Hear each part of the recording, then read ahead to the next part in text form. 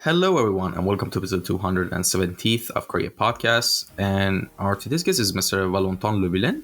He's a level and environment artist based in Cambridge, United States. And there's a really interesting point about this podcast, which is a couple of points actually. First, we're getting really close to episode 300, which is will be the kind of like the end of season 3 of the podcast. And March 14th, which is like in 6 days, will be the 4th anniversary of the podcast. And today, March 8th, is the birthday of our current guest, Mr. Levillain. So happy birthday to you. And I'm sure, this podcast, will just be as memorable as it is for you right now this year. Well, thank you. And hi. And it's really great to receive me. No, my pleasure. Yeah, hopefully this will be good. I'm already stressed. First podcast, so yeah. All right, man. No worries. It's worse than a job interview, actually.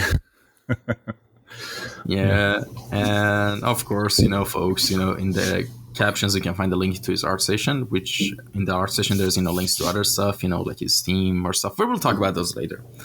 But for now, let's move into the first question of the podcast, which I always start off the questions with, which is give us a little introduction on how we got into the world of visual arts and design. Basically, tell us your story of what led you to choose a path of becoming an artist. So yeah, it's a long journey for me. I started playing video game when I was 5 or 6, maybe. My parents were bartenders, so they was kind of working a bit every time. And just my father bought me like a Master System 2, which we call that Master System in France because I'm from France. That's not the Sega Genesis, but the one before. So, and I played like Sonic and stuff like that. And I started to play kind of a lot. And it's at the age of 9 when I discovered like Tomb Raider. And I think play Tomb Raider was a very big thing for me. It was one of the first 3D game I made. And I was it blew my mind, like being like able to visit, cave and temple and stuff like that. It was really great. And this is when I told my mother that I want to be a game developer at 9. And she was like, okay, maybe this won't last, And so, yeah, it's when I was around 18, I decided to maybe make this like my true career, but I didn't know what to do to be able to create video game. It was kind of a niche thing at that time yet. Like there is a lot of school right now, a lot of people are playing video game right now, but for me, I wanted just to create levels for game, but I didn't know how to do that. Didn't know any school, so I did something else like mechanical engineering courses before that. And I met some people online. I tried to go to internet. I met some people who were making levels using tools like for Half-Life, Half-Life game like Counter-Strike and stuff like that. And that's the first tool I discovered when one of my best friends gave me his Half-Life generation disc. With like opposing force and blue shift as well. And on those discs, there is a rough version of the map editor for the game. And I started to just make some, boxes, put some zombies, some guns, and, create some stuff from that. And also some level for Counter-Strike 1.6. And that's when I decided that that's something I could do as a work, but I didn't know if it was a real work, And one of the people I met on this website was making a lot of great maps for those games. And he told me, hey, I'm in that school in Belgium, which is cheap. It was a cheap school because school for video games at that time in France were crazy, like expensive, and we didn't have a lot of money in my family. I have to pay my my school by myself. So in that Belgian school, it was like 300 euro a year, which is very not a lot. I think it's like around $300. So it's really, really cheap. So I have to move for Belgium for 3 years, and I start to learn how to use 3ds Max, Photoshop, and stuff like that. So the basic tool, but I was still able to make during my free time levels for game like Frontier, Fortress 2, and stuff like that, which I really like. And that's the thing that put me on the tracks of working on video game industry. And I'm still doing that after like 13 years. Yeah. So it's all because of Tomb Raider, I would say. Tomb Raider? Yeah. Awesome. Which ones did you play? All the first classical trilogy? The first 3? Yeah, I'm actually redoing it right now because there is a remaster. So I'm already made the first one. I'm on the second one now. So it's like a blast from the past for me. It's really great. And it was really the first one. It was on Sega Saturn at that time. The Saturn that kind of was a bit crappy, but I discovered the game on that.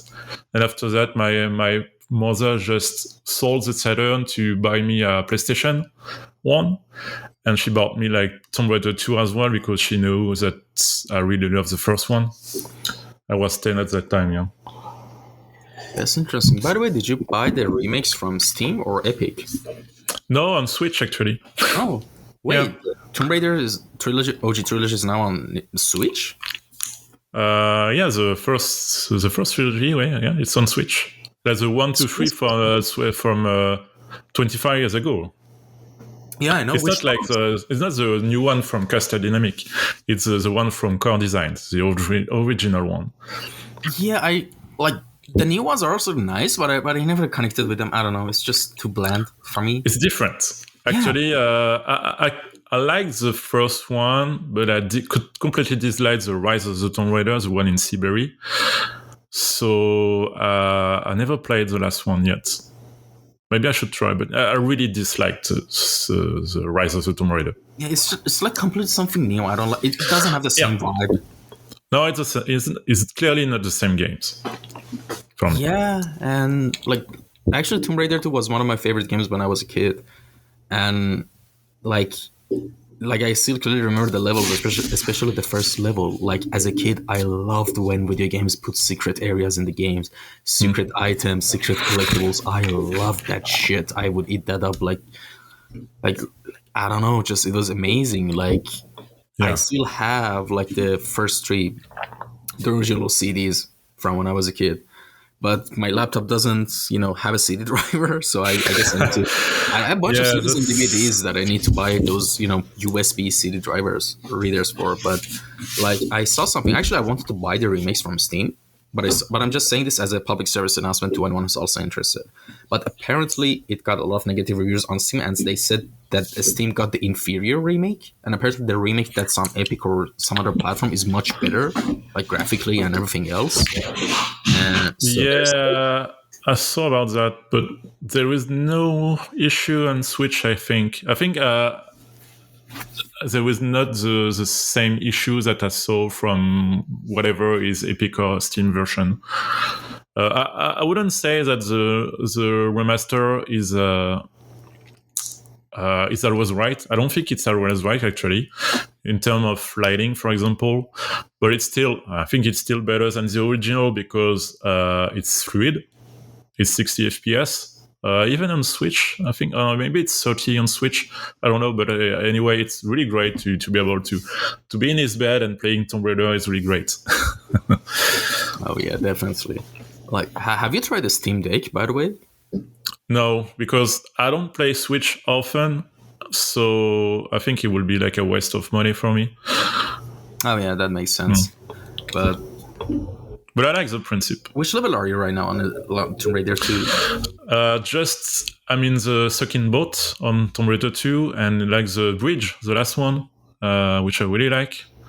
When you are like on the deck of the ship, of the boat, of the ship, yeah. Mm-hmm. It really blew my mind at the time was really great. That's the kind of level actually that really makes me want to make levels for games. This kind of stuff that, like, it's not often that you are on the deck of a ship, deep in a deep sea cavern. I mean, it's great. Its concept is great. You're at that ship that's sunken under the sea. Yeah. I remember, I had one of the worst jump scares of my life on one of the levels in my dad's. With the sea snake, the big snake. Yeah, he killed me yesterday. Really? Yeah, in one time. I thought it was just for, No, he actually can. I have to plug. Sorry, I have to plug my. No worries. Sorry, because it was out of battery. Right now, folks, we're back. All right, so, but yeah, I didn't know it can actually damage you. I just, I was swimming fast and it just, jumped, and I remember. It hit me in one blow. Why do they do that? Yeah, it's them for fun. I mean, every time I talk to people, he will speak about this exact moment, because it was oh my god, it's so scary. Yeah. Another moment that really terrified me as a kid, and also I was always like amazed as well, was, do you know that all the by the way, have you discovered all the secret areas in the first level? Yeah. The dinosaur at the bottom of the which doesn't make sense actually, but I mean, I don't care if it makes sense. Yeah, it was the best decision they did. It was fun, but yeah, it's like, that's in the first one you have a T-Rex, but it's in Valley Lost in Peru. So okay, but this one is like, where are they living? What are they eating? But you don't. It's like, what I like to say is that you can't really make this kind of game anymore, because right now, when you make something like a sunken ship in the ocean, you have to pay attention to details and why is there. When you want to make a realistic game right now, you have to find solution for this kind of question, like why there is people, why there is so much hair in the sea, like this kind of stuff. And the shape of the ship, actually, it makes no sense in terms of architecture. But at the time, we didn't give a shit about that. They just wanted to make levels. Okay, it's not logical. There was some flaws, but it was great. Now it's more difficult to make level for a realistic game, because we have to make something that is credible, I would say. Oh yeah, definitely. And I unfortunately never could play the Tomb Raider 1 and 3, but the only one I finished, actually, I never finished the Tomb Raider 2 when I was a kid. I think I got to level 3 or 4 maximum when I was like 9, 10. Then like a couple of years later, I mean like when I was 18, 19, I re-downloaded the game and I finished it completely. And I'm kind of shameful for saying this, but I actually had to look up walkthroughs. I'm not a hardcore gamer, So at my time, walkthrough didn't exist.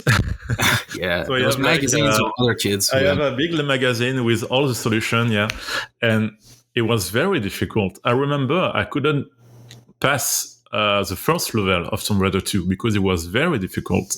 And my mother bought me the solution in a paper store. And you have like the cheat code also to pass level. So I passed a lot of level on Tomb Raider 2.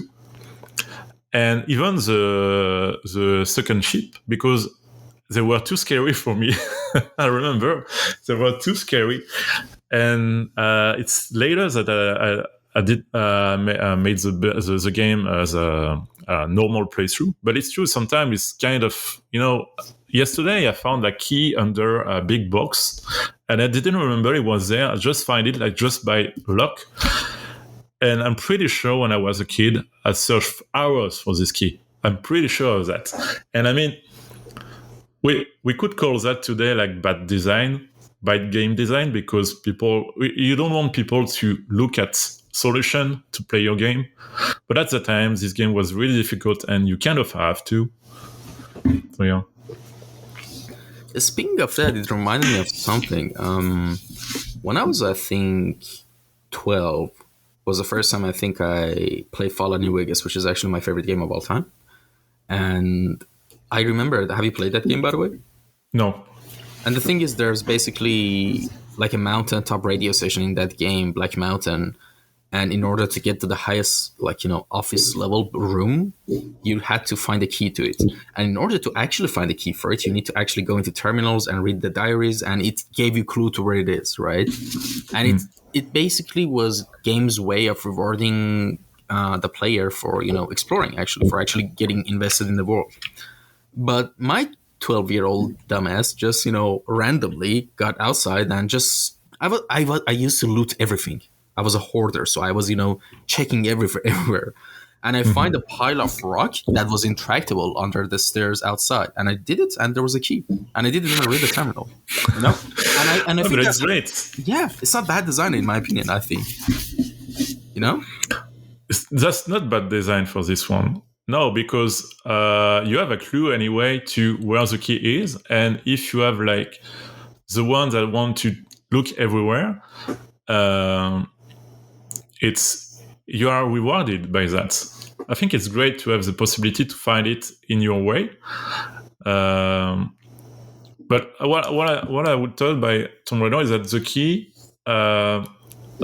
it's because of the remaster. Because on the remaster you have trouble finding the key because they replace the big, the big unlit 2D sprite by 3D models, and sometimes I have to switch between the two versions because you can't see the 3D key they made because it's dark and it's super small. While when you switch to the old version, you have a big, giant white key, And when you have an object you can interact with, you have like this little exclamation point. Without that, wouldn't see it, probably. Yeah, and there's a lot of these stuff in Tomb Raider games, especially the old ones. And not just Tomb Raider games, just old games from late 90s, early 2000s, especially. Like, I remember I was stuck on one of the not final boss, like one of the main bosses of like Prince of Persia 2 Thrones. And at the time, of course, there were playthroughs, but the problem was I didn't know English at the time, so I could search. Mm-hmm. And none of the other relatives or any friends in my English class or in school who played the game, or even those who played the game, knew what they did, right? And it was really hard. So you had to actually, pay attention to everything in these games, like, every single like mechanic that gets introduced in the game. And at the time, for the 9-year-old Ramtin, it was really hard to discover those things. And and those games had a lot of puzzles. Like, they weren't easy games. Like, the developers right now wouldn't really risk like putting game mechanics like that in their games right now. No, but sad, but it's true that I would prefer that anyway, having like the old way games were made when you have to search for a long time. But I think there is like a good spot, because I think right now it's better, but like 10 years ago, most games were kind of casualizing, like you have like a direction to follow, like a marker telling you where to go and stuff like that. And I was very happy when I discovered like Dark Souls, for example, because you don't have a clue on Dark Souls. You just throw in the game without a lot of clues, and you have to discover by yourself. And I think that's really great, because that's what I want in games. But there is some stuff when you still need some help, like having to search like hours and hours to find a little key. It's a bit, I would say, a bit troublesome. And there is some stuff, for example, in Dark Souls, when you have like the message from other player telling you to, and of course, thanks to that, you can learn some stuff. But if you don't have that, you will miss so much stuff. Because sometimes, even if you are looking everywhere, there is stuff that are so dark, that you won't find them.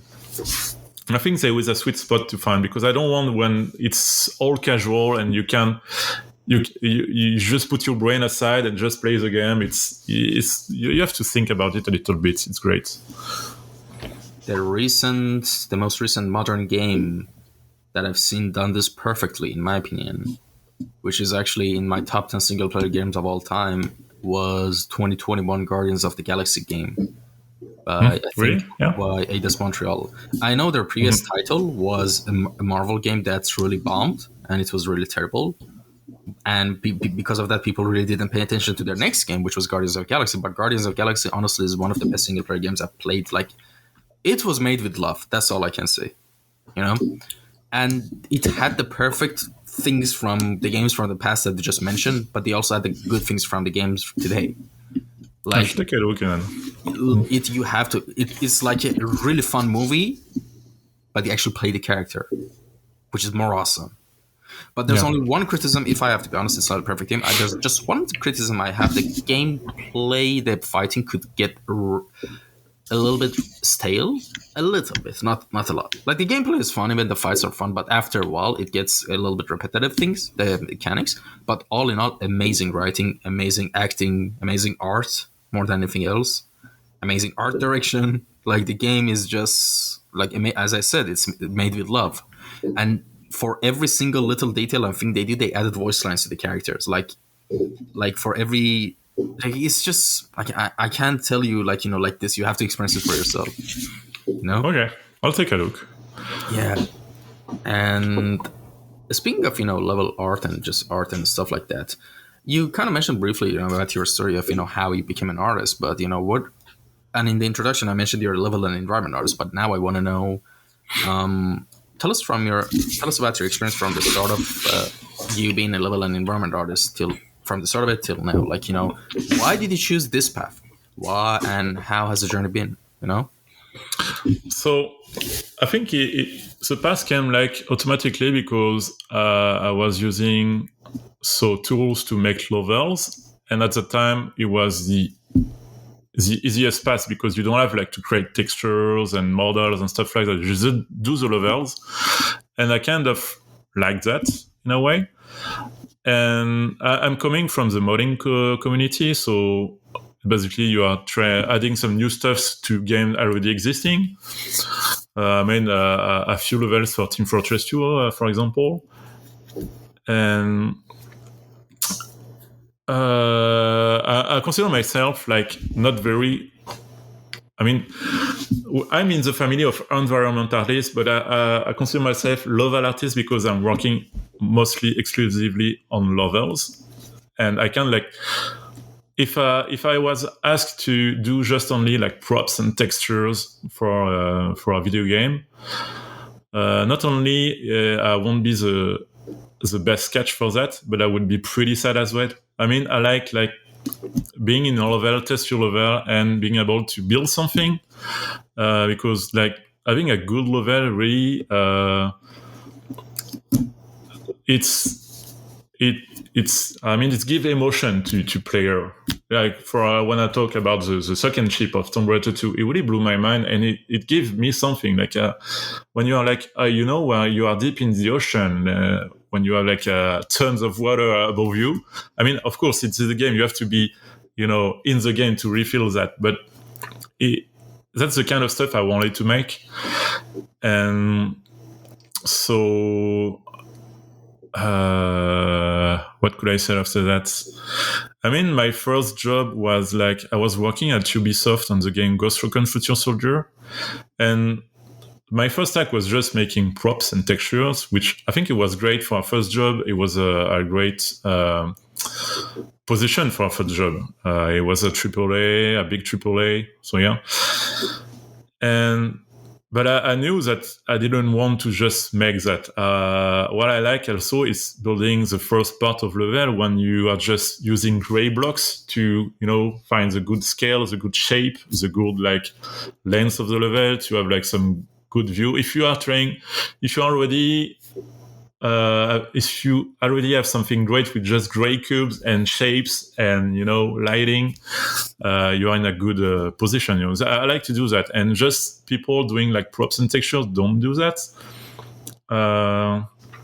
Like for example, after I have a work when I was a level artist and we had some environment artist only doing like props, textures, sculpting and stuff like that. And if you ask me to, you know, sculpt something, I can do it. I mean, I'm an environmentalist, but I can't do like, I can't sculpt anything. I can't do very complicated materials.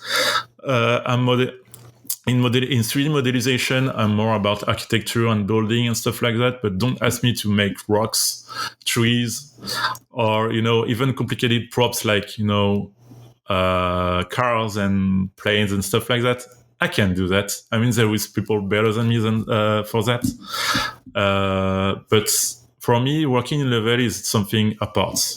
It's really another job because there is so much to do with that. So yeah. Does that answer the question? Oh yeah, definitely. Yeah. And Cool. actually, speaking on that, right now, I'm sure you're well aware of the state of industry right now. Right now, if you want to become an environment artist, you need to be pretty good at all the skill sets that you need. Like you need to be good at foliage, tile set creation, like texturing. Depending on the style of games or stuff you want to work in, whether it be a style, as you need to be good at hand paint. Realistically, be pretty good at preview or flow. Yeah. You have to be like a master of jack of all trades in a sense as an environment artist. But of course, even if you are, at the end of the day, as you said, you'll go into the studio and they'll probably tell you, oh, just do the UVs or just do the textures, or they just put you in like assembly lineup of pipeline. But Yeah, that's something that's really troublesome right now because actually I was laid off by Blizzard. Microsoft. It's not Blizzard that laid off me.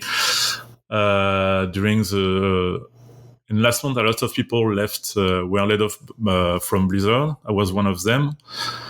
And it's been 6 weeks that I'm looking for a new job. And I have some interviews. I also applied to a lot of positions. And it's true that there is a lot of position of environment artists. When you are asked to know about, for example, Unreal and Substance Designer and Photoshop and Substance Painter and ZBrush, and being able to do this, to do that, to do this, to do that. In AAA company, I don't think you will do that. I mean, if you are working on a small indie company, you will certainly need to do a lot of stuff, different stuff. But from my experience, you never do all of this. But it's probably because I have a particular profile, and it's part of that makes me hard to find a new job because there is there is not a lot of companies that want people just to make levels, And there is some. For example, I was at Arcane Studio for 5 years, and the level artists there didn't make new textures, new props, and stuff like that. They were just making buildings and working in levels, and there was already enough, But I knew that, for example, when I applied to Blizzard, even for that, they asked people to do like a lot of texture and stuff like that. But even there, I didn't do a lot of textures, for example. I was mostly working on levels as well. So, and it was enough. And even my previous company that called Reflector, level artists there could do like textures and props and stuff like that.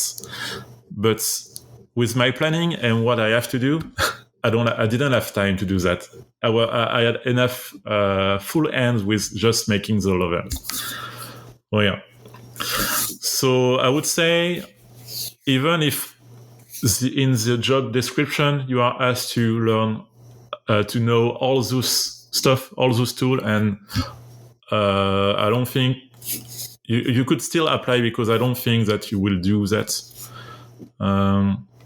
It's just a job trying to grab people that are new everything, because they can probably also provide some, insight and new way of work to other people as well. So yeah, but yeah.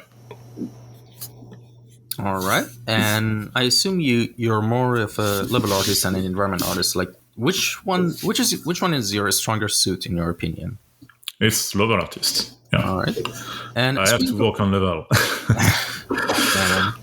And speaking of that, I have so much, interesting questions I want to ask you about, level art. Firstly, how does your design process usually go anytime you want to start working on a new piece or a project? Like, what's the structure of your pipeline as a level artist look like? And also, in addition, if you could also tell us if you're doing like environment art position tasks, what does your process in that terms go by? So for me, as a level artist, I really like design and gameplay. You have to be aware that this is important. When I started my career, I just wanted to make something beautiful, but it happens that it's not the only thing. You want the game to be fun. So, and it starts from the beginning when you start to put some walls and big buildings and stuff like that. Those are stuff that are like interacting with gameplay, and you have to keep that in mind when you start to build a level. So you will, put just like basic floor, basic shape for building and wall and stuff like that. And you want the scale to be good, so that's the first thing you need to work on. Like, is the scale good? Does the metric right and stuff like that? And so you have to be aware that gameplay is important. You don't just want to have something good for your portfolio, for example. Just I make these amazing textures. Okay, that's great. But for a level artist, you have to make sure that the level plays well as well, because in the end, you will also you will need to take part of optimization, navigation and stuff like that. All of that tricky technical stuff you don't really see in portfolio, for example. When you have like images in your art station, you don't see that the collision is very smooth on the building. It's important because you don't want player to be, stuck in every corner of, trash can, pipes on the wall and stuff like that.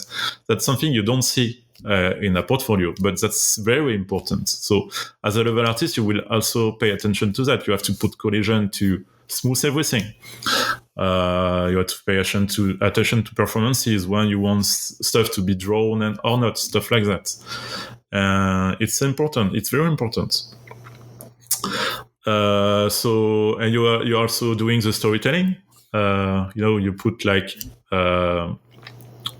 the set dressing and storytelling. So your set dressing is like putting objects, in a room. You want to put like the clothes in the shelf, the bookshelf, the tables, everything, and you have to make some story about that.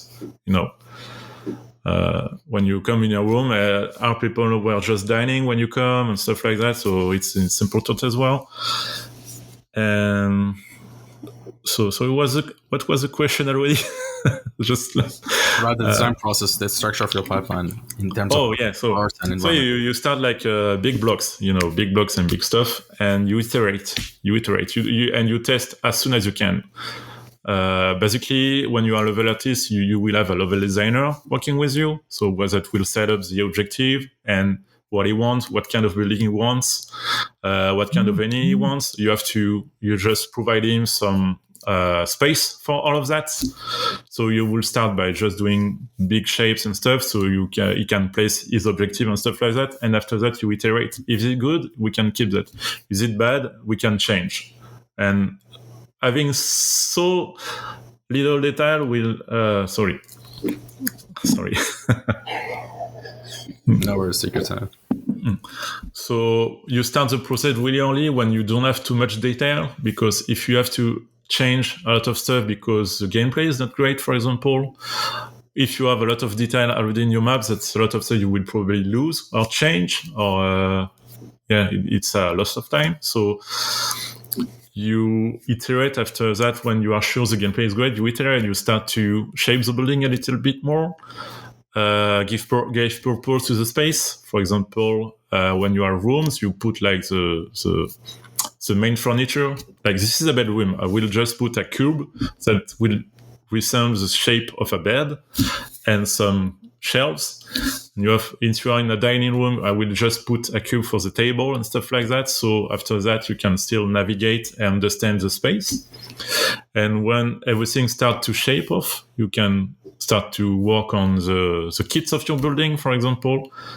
Since we place the building, I know I will need some building, for example, with 4-meter height stories and stuff like that. So we'll start to build your modular kits that will be used to build all your different instances of house, for example.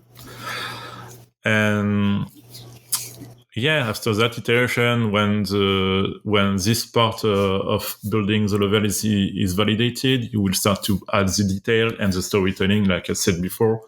So you have the table. Now you have a table. What kind of stuff you will put on the table? Is it like a table for dining? Is that a table for drawing? Everything, stuff like that. So yeah, and after that, next iteration, you will try to polish everything when you want to put like decal, for example, dirt along the walls, some fallen leaves, some cans and jugs and stuff like that, some posters on the wall, some cable hangings, and some foliage a bit everywhere, and of course optimization as well. So so that's what I like in level building and level art, because every part of the production is different, and I like every part. There is like interesting stuff in every part of that. It's like giving birth to a new child. When you stay, is born is just giant cube. At the end, you have like everything. It's like it's beautiful, and yes, hair and haircut and stuff like that. So yeah, it's a very strange image. Sorry.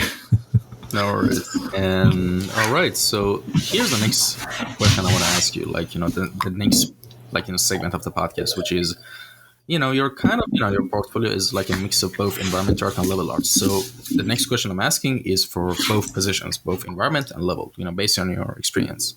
If you could, summarize, some of the main subjects and topics to be considered for anyone who wants to get into level art and environment art, what would they be? Imagine like you're going to give a summary of basically level art 101, if that makes sense. Like some of the key points, aspects, like, tips about portfolio, just everything. So I would say for level art is basically you have to play games a little bit. I mean, to understand how level are made. I mean, you have to feel why they did stuff like that, for example. And you have to you don't have to be afraid to make, crappy stuff at first. Like, you want to make something great level, you will probably iterate and scrap a lot of things. Like, I'm actually doing that on my free time. I'm trying to design some kind of a city. And for example, when I start, I'm doing like some basic streets, for example, and you don't have to hesitate to test like this, even like having just basic block to test the shape of the street, and being able to go in this and knowing if it's good or bad. Try being able to project yourself in the future, even when you have like something very crappy visually. It's a skill very important, in my opinion. And also thinking modular as well. Being able to work with modular stuff in editors is something very important, because working with modular stuff will save you a lot of time. Being able to do modular stuff, modular kits in an efficient way. That's the thing that for me is very important, as well as working with generic texture and tileable textures. You don't want to create new textures for everything you're doing. There is probably a lot of stuff you can reuse. And being able to reuse assets and textures, not the way they were intended to be used. That's something very important as well. For example, you can take a barrel, just a single drum barrel, something metallic, and you can just, it's a weird example, but you can take it, just squish it a little bit, and scale it in the air, and put that in your vista. And this is a chimney from a factory, for example. I mean, this kind of crazy stuff that can save a lot of time during production, and it's something, it's a skill actually. And also something very important that a friend told me that I had is being able to work on a map, on a level, for a long period of time. Because making level for AAA game, for example, even AA, could be very long, a long process. For my previous company, I worked 2.5 years on the same level. It could be very boring. But for me, being able to see the evolution is great. But I know that some people can do that. For me, it's a skill to be able to do that, to be able to work on the same level for several years. So if you want to be a level artist, you have to be sure to, if you can handle that. While environment artists, if you're not working on levels, it's more about making textures and props and content for the user. I know that there is a lot of company where you don't have the differentiation between level and environment artists, but for me, it's really a different job. So yeah, basically environmental thing, like taking placeholders from people who are making the request of props, for example, and doing them, making some new textures and a lot of content actually. So yeah. Is that answer the question? Yeah. Oh yeah, it does. Yeah. I was just taking the time to unmute myself. That's why it took a little bit of But time. it's true that I had a environmental artist position on my courses, but honestly, most of them were hidden level artist position. It's because I was more working on levels than on content. Oh yeah. And speaking of level art and environment art, which one? Of course, in the art session, there's a lot of works from Tom Clancy Ghost Recon, Team Fortress 2, Counter-Strike, the previous one, I assume, and Insurgency, Dishonored 2. These are some really good IPs. Overwatch 2. Thank you. The Flu, Hyperscape. And so, out of all of these projects, which one has been the most rewarding? And which one has been the most challenging? And also, any fun memories from working on these projects, by the way? Just throwing it out there. So, one of the most rewarding was working on the extension of Dishonored 2 called Dishonored Death of the Outsider.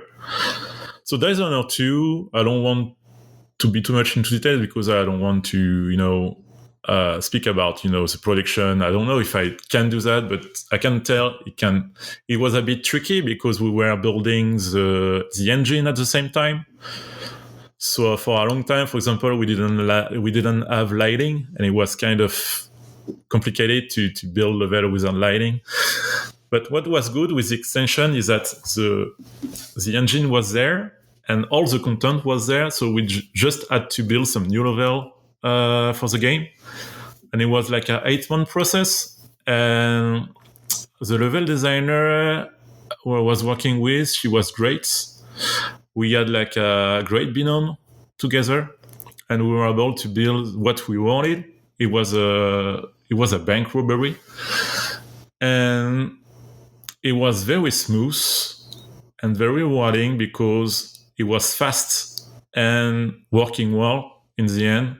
And I think I don't remember, but I think someone made a top of his best level from 2017, and the level was one of them. So it was great to see that, and it was a great experience of everything is working well. So which is pretty rare in this industry, I would say. But another great experience was my previous one at Reflector. So the game was announced 2 days ago, actually. The trailer was out 2 days ago. And it was great because I was able to do something really crazy there. And unfortunately, I couldn't finish because I have to leave the country to follow my wife to the US. So I was not there to finish the game. And it was very... I would say sad. Really disliked that. I wanted to finish the game. I wanted to be there to help the other people finish the game. And I really loved the level I was working on. It was something that really came from my heart. And I can't wait to see the final release of that. So, but it was difficult also. And for the thing that was the most difficult, it's a pretty strange story. So my first job was working at Ubisoft Paris on Ghost Recon. It was a 6 months contract. And after that, I left. I left. I was not. They didn't need me anymore. And I was contacted by a guy from Eidos Montreal to work on a level for Team Fortress 2. That's strange because Team Fortress 2 is not from Eidos Montreal. The deal was Square Enix. So Square Enix, the company that own Eidos Montreal, they wanted to make a deal with Valve Software to make a content pack for the release of one of the games called Sleeping Dogs. You have to follow; it's complicated. And they did that for Deus Ex Human Revolution before. So they had a pack of content for Team Fortress 2 when you have this huge sniper called the Machina, something like that, and some items for your characters and some new weapons. And so when Deus Ex came out, this was released on Team Fortress 2 as well. So it was kind of a promotional deal. So they wanted to do the same for Sleeping Dogs, which is a kind of GTA in Hong Kong. So my guess is they asked Eidos to do the content because they did it already for Deus Ex. It's a guess. I'm not sure. It's just a guess. But they also wanted to make a level. But probably nobody wanted to make a level because it's very long. So the guy at Eidos asked Valve Software if they knew someone who can do a level for them. And apparently I was on the top of the list because I already made some level that were included in the game, but probably because my nickname at the time started with a 3, which is like would appear on top, of the list made in alphabetical order. And they asked me if I wanted to do that, and I say yes. So I have to make a level in 6 months for Team Fortress 2. And I have to make everything, some new content, some new texture and stuff like that. And it was very difficult. I have to do everything. I made several prototypes of maps with different game modes, and I was told to do one of specific game mode called King of the Hill because it was probably easier to do this in 6 months.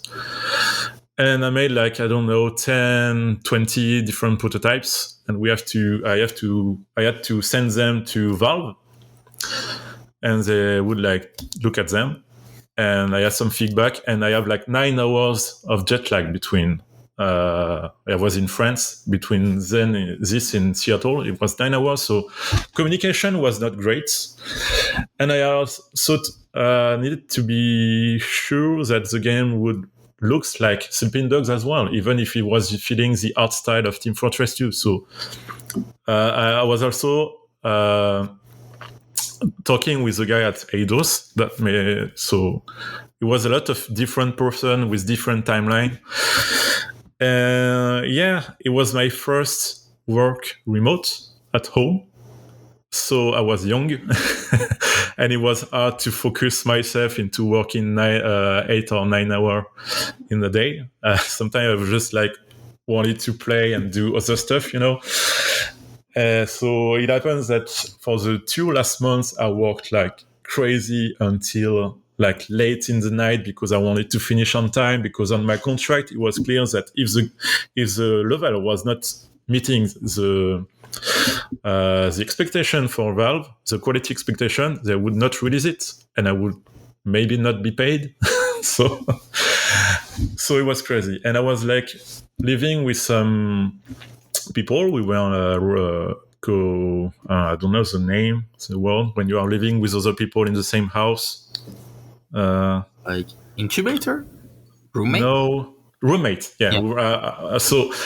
And other roommate didn't really like me because I was closed in my room all time just working, as they didn't really understand, because for them I was just playing game, because video game is not a real work, and it was really hard. I was stressed until the end, and after the level was released, I have to fix some stuff because I made some dirty work, and it was hard. It was really hard. right. And who are some of your favorite artists and designers that have inspired you the most? I mean, overall, not just in Yep. game. No, overall. I really like Simon Stalenhag, the guy behind Tales from the Loop, Things from the Flood, stuff like that. I really like his style of drawing and color and sci-fi into whole school vibe. It's really great. I know there is a whole game actually that is inspired by his work called Ground Zero, something like that. For movie, I like David Fincher movie, Fight Club, Seven, Girl with Dragon Tattoo. It's my favorite, because I like because visually there is something every time. There is a great use in color in his movies, and also he's like working with Trent Reznor, the guy from Nine Inch Nails, and I like the music. So yeah, music-wise, Trent Reznor, I would say. I mean, music is important as well when you are working even on visual stuff because it can bring so much emotion into you. And for example, I love like a lot Silent Hill games, and particularly Silent Hill music composed by Akira Yamaoka. And I really like his work as well. It's very industrial and noisy, sometimes so calm as well. It's really great. And sometimes I'm just listening to the whole soundtrack of all Silent Hill just to be focused on my work. Yeah, that's what comes to mind just right now. Any other visual artists, maybe? There is not names that are popping right now like that. That's something that's probably wrong with me, but I tend to inspire myself too much on other video game.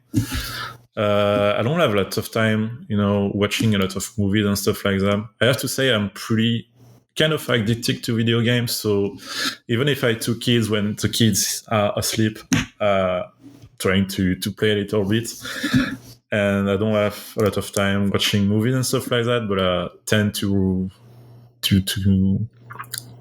I like the Pixar, for example, Pixar's movie.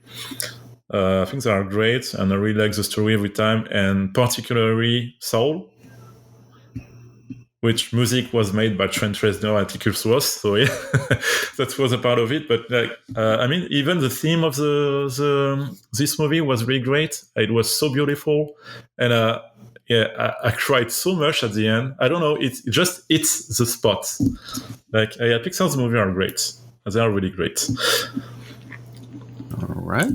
And what area beside the area you're working in right now, which is of course level art and environment art, basically arts related, that you're working in right now, would you be interested to explore and learn in the future? Like, what do you want to do after all this art stuff, or just any non-art related stuff you got going on in your life? Well, I think I will stay in game development, but I would say I would prefer doing some design. I'm really interested into gameplay and design as well.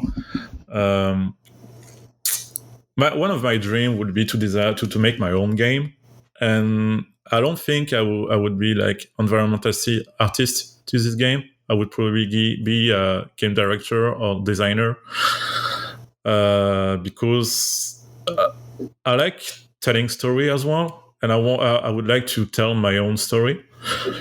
With my own rules, my own character, own monsters, and stuff like that.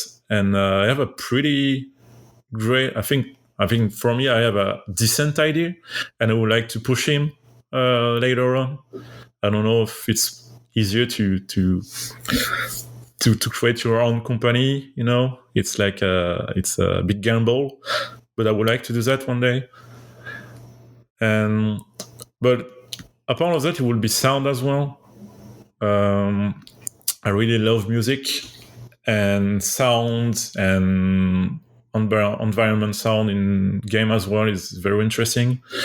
I don't like I don't know a lot of technical stuff about sound, but for example, when I'm doing level on my free time, I like putting the right sound in the right place. It's very interesting.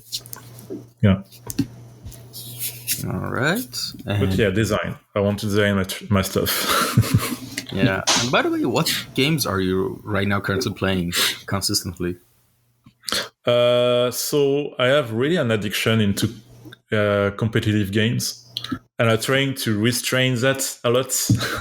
I mean, in the last 10 years, I played a lot of Overwatch, Rainbow Six Siege, Team Fortress 2, Battlefield, Dirty Bomb, which is DC's, I guess. The last 2 years was Hunt Showdown, a game from Crytek. It's an extraction shooter, which is one of the best multiplayer experience I had in the last that again? years. It's Hunt Showdown with my terrible French accent. Oh, Hunt Showdown, yeah. All right. No, I know, because every time I told people that I love Hunt Showdown, they're like, "What?" But it's a game from Crytek when you have to hunt for monsters, while other teams are willing to do the same and try to kill you to steal your prey. So yeah, it's a really great game. But I'm playing also Apex Legends. I played a lot like Magic and Arena as well, card game. And I just come into PlayerUnknown's Battleground again like a few days ago. But yeah, all those kind of competitive game, I really like that. But I try to restrain a little bit because it tends to make me a bit grumpy.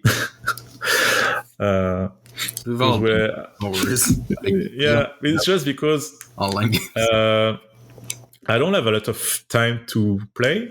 So basically, I can play like 30 minutes to 1 hour an evening and play against people that are streaming since 7 hours. And like it's time to make me a bit grumpy because we are clearly not playing the same game. Yeah, no. Yeah. A part of that, I'm very late into solo player games, so I tend to play some game I wanted to play before, and I'm playing like horror game, for example. Play like Resident Evil 4 remake, Dead Space remake. But I would like to play, Stray. It's a game with a cat as well. I have to play this one. I like horror game and adventure game. Most of that. No RPG, for example. I don't have time for RPG except Elden Ring and the Souls game because I'm very fan of it. But I haven't finished Elden Ring yet. Sorry. Yeah, that's on my list of games. The only Souls-like game I've ever played was Dark Souls 3, and I only played it for like 40 minutes, but I didn't really get it, to be honest, that much. Maybe like that's actually such I didn't give it an actual shot. Like that's not fair, I know. But I'm saving money so I can buy Elden Ring one day and I just give it a good try. I want to like get into Souls-like games. Like they seem fun. Like I want to like finish one Souls-like game at least. Like I know that in the end it won't be my cup of tea, but there's a reason it's so popular. The third one is clearly the most accessible. It's not the most difficult, and the gameplay is way better than. I think I won't say better because purists will say, "Oh no, it's not better." I mean, it's more ergonomic, better, more ergonomic because like the first Dark Souls, for example, is very slow and clumsy, I would say, but it's great. And kind of hard, but I don't know why it's. I mean, I know why it had so much impact at me. It's the level design. The Dark Souls is like a gigantic level with so much connection and shortcut to unlock and different way to play it. Like you can play 3 times and not following the same path, and it's great. And you will have a lot of secrets everywhere. And I like games that push you to explore and find some new stuff and new items and stuff like that. For example, I like the Uncharted games. Like Uncharted 4 is one of my favorite games because everything is really great in this game. But there is like some treasure you can find just for like collection it, but I don't want to find them because they don't give me something in return in terms of gameplay. It's just like I find them, okay, it's cool, pass, While in Dark Souls, you can find a new set of armor or just an important scroll of item or scroll for a new, magic stuff in every corner in the architecture. And, it's important to just search in everywhere. And that's, for me, that make a game fun to play is when the gameplay push you to do that. Because I don't care if I don't have every treasures of Uncharted. It's not the point of the game, and it's kind of sad. So yeah. Yeah, I never played the Uncharted games too, but yeah, what I notice is like a very delicate balance of making the exploration and completing a game like grindy versus being a fun kind of grind. There's like a certain delicate balance to it, which it's like which is really hard to miss actually. It's like what when we talk about Tomb Raider 2, it's kind of the same, because actually Tomb Raider 2 push you to explore every corner because you will find some secrets and new weapons and stuff like that. And it kind of, for example, the last Tomb Raider I played, the Rise of Tomb Raider, it was like the opposite. You have like so much stuff everywhere to craft, and I don't know, you can grab plants and stuff everywhere, and there was no purpose on that. There was too much, and I don't know. This game makes me grumpy, so I won't talk about it. But yeah, Dark Souls really hits the spot. All right, I'll keep that in mind. And well, we've reached the end of the podcast, which we've reached the final question and subject of the podcast, which is called Time Capsule. And basically, let me explain it this way. Imagine you only had like a couple of minutes, a short window of time to say anything from yourself, a human being, to another human being, to any other human being. And that other human being is anyone who's listening to this podcast at any point of time in the future.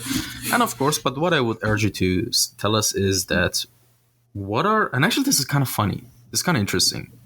Because I usually ask the question like this. What are some of the most important and valuable lessons and advices that you've learned in your life till this point, and the reason I'm saying it is interesting because this is actually your birthday today, So from as long as you can remember till now, what are some of the most important lessons you've learned in life that you can tell us? That's important to be humble and modest, I mean, when you are creative, for example,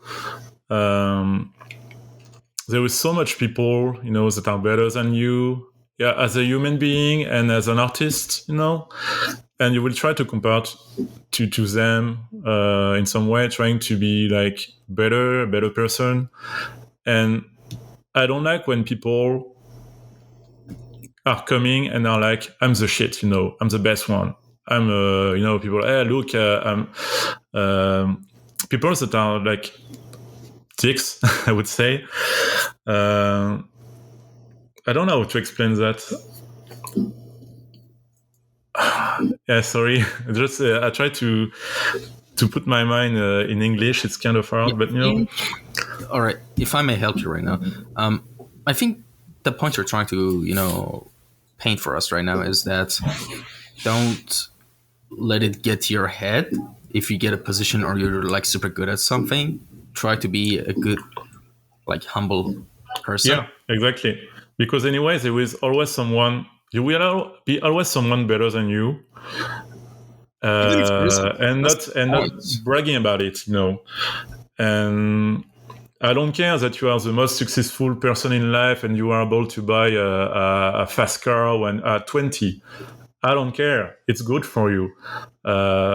It just that's not what would make my life better to know that.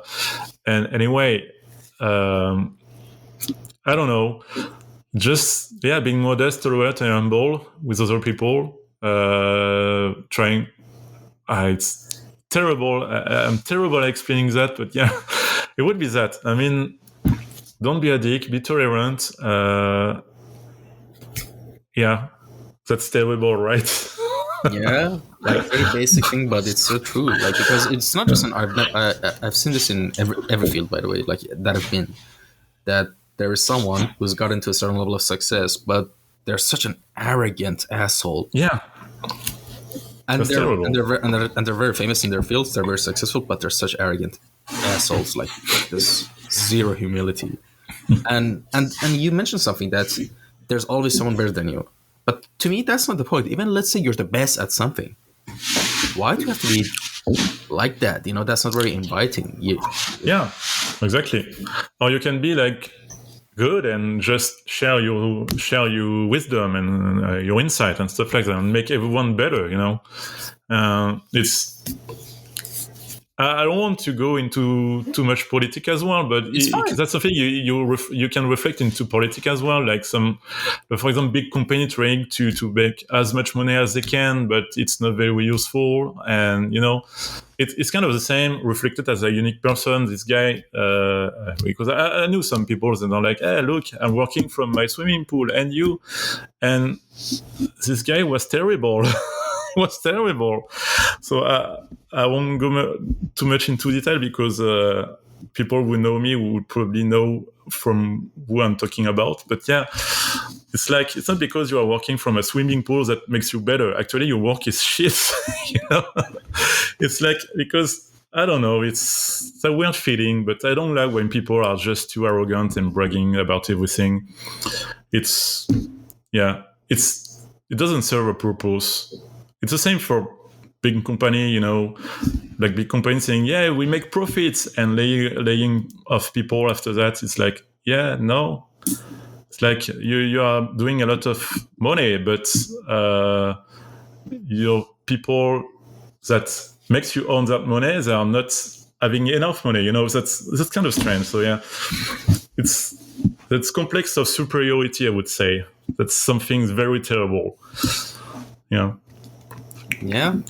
Yeah, I Yeah, totally get what you mean. that was my drop of wisdom. Awesome, man. Awesome. And again, thank you so much for coming by for this episode and taking your time out of your schedule, especially on your birthday, to come on this podcast. I really appreciate that. I don't have a work right now, so it's okay. All right. I'm waiting for some offer, I hope. So it would be a perfect day for my birthday to have some offers.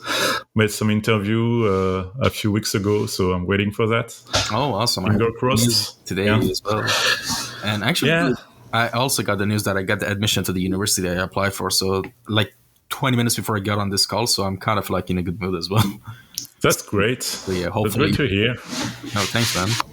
And thank you to anyone who also tuned in and listened to this episode. By the way, where can people contact you if they had any questions? Is your email address okay that's on your art session? Yeah, I think so. Let me check, but I think it should be okay.